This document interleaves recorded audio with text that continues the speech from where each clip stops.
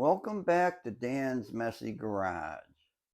This is going to be part 10 of me fixing a smashed 66 Mustang.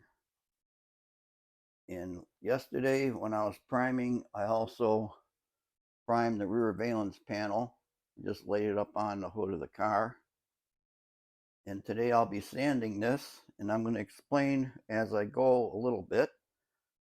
And as I'm going to do it like how I would be doing this, not exactly how a professional in a high dollar shop would do it. This is me working on my car. Somebody else working on their car, they can fix it the way that they see fit.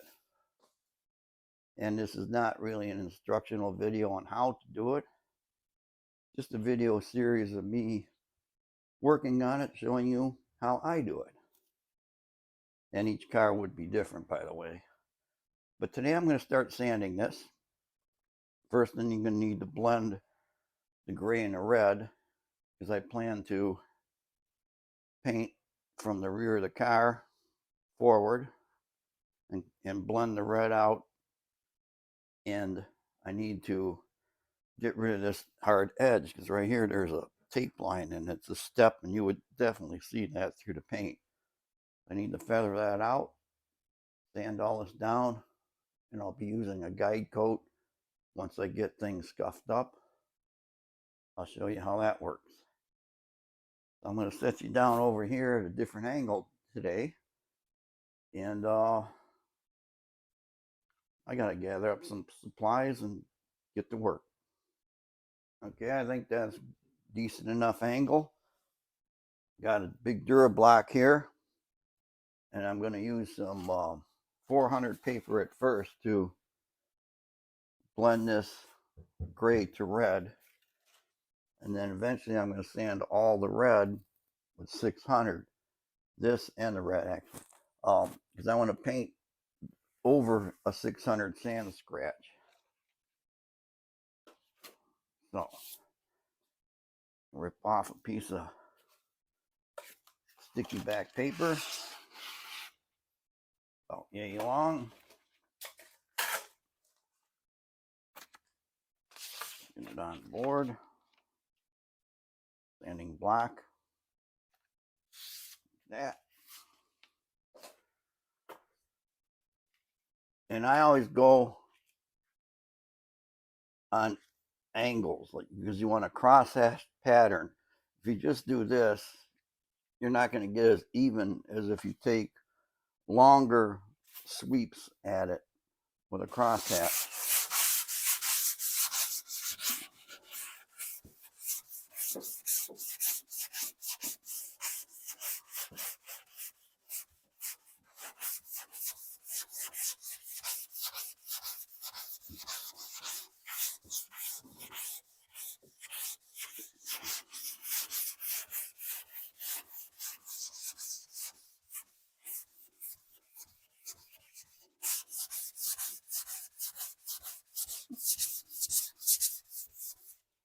You can see that's starting to blend away there. I'm purposely staying away from this part because this is flat, this block. Some dust out of there. And I have round blocks. Of course, I wasn't smart enough to grab that right away.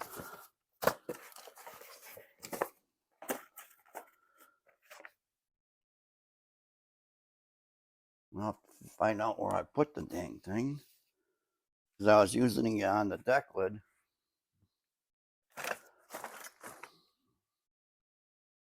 But it's a rounded thing that I can't find. But I'll have to find it. And you kind of roll that into the curve different directions, and also over the edge, because this has got a shape that comes down, out, and then over. And if you use this thing on all of it, which you can, but you could end up with some deeper grooves in there that I don't want. So let me continue this for a second here.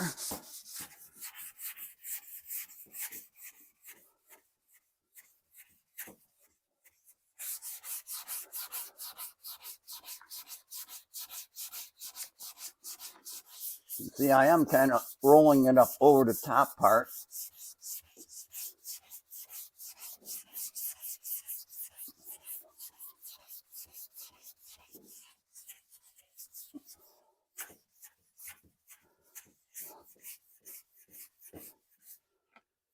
All right, now that is, you can't feel that. That is very, very smooth transition.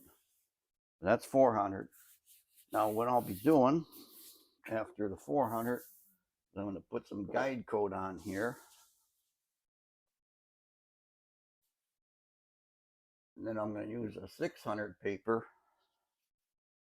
I don't have sticky back paper like that to use, but I do have some 600 sticky back round ones I can put on a smaller block.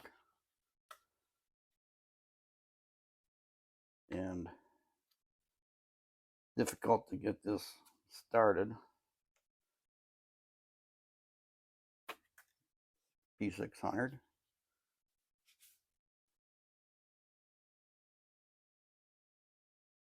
Get that cover as best I can. Wrap that around the sides.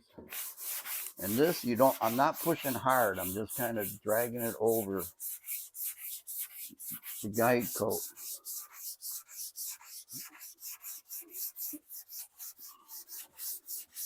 And when the guide coat disappears and it turns all gray, you're done. I mean, it's ready to paint.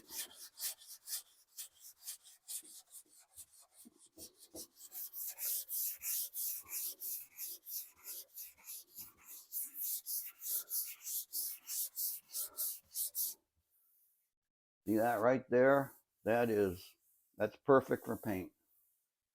And then, like I said, I'll be doing 600 on the rest of the red too. Get all the standing scratches even. And that's what I'll be painting over, 600. So, no sense in you watching me do this for hours and hours. You got the idea what I'm going to do? And I'm sure you know what time it is.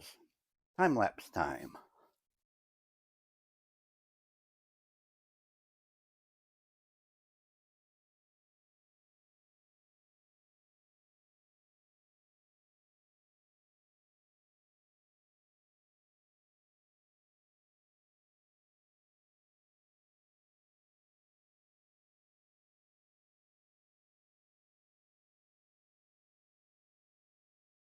Okay, I did find my rounded blocks. I have this round one, and this one's sort of flexible.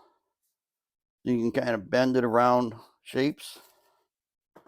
This one here is shaped like a teardrop, nice and round with two flats, and this one's very rigid.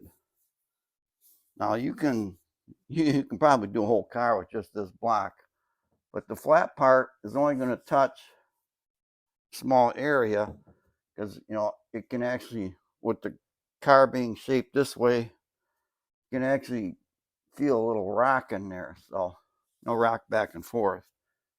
Where this one here, this is more flexible, and this will bend and conform more to the shape of the car. But I'm going to need these round ones, and maybe even this one, to do these areas in here. Okay, back to work.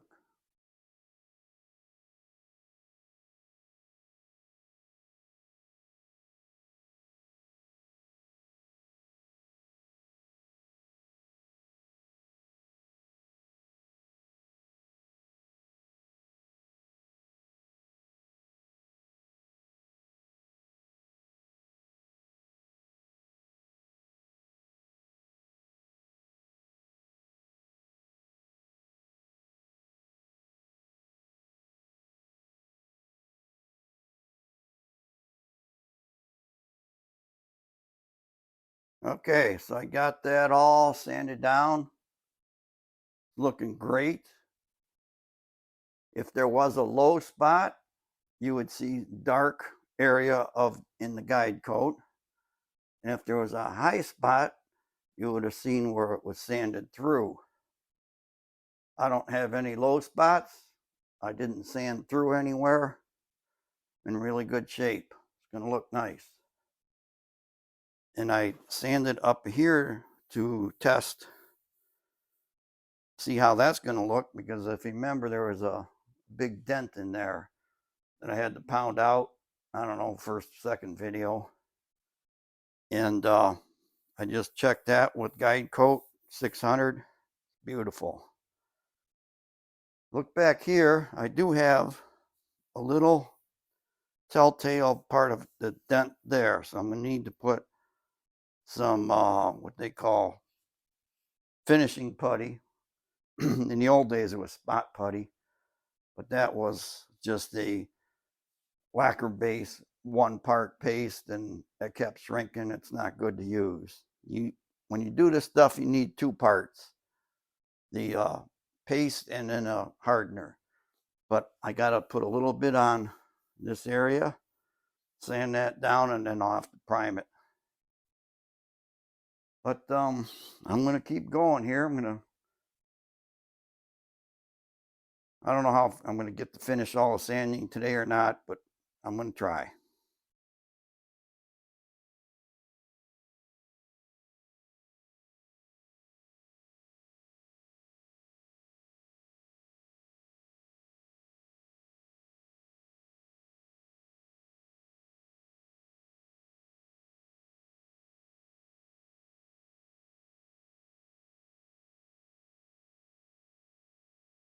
Okay, I've been sanding in here for a couple hours, and I've come up with a game plan. After I paint and blend the paint, I'm going to have to clear the quarter panel, sail panel, and the whole roof on both sides. So I'm going to like paint and clear like the back half of the car, because you can't just clear half a panel. You can't like blend clear into the roof. It doesn't work. You gotta clear the whole thing. So this is going to be the end of part 10. And tomorrow, 4th of July, just might be paint day. We'll have to wait and see. Bye.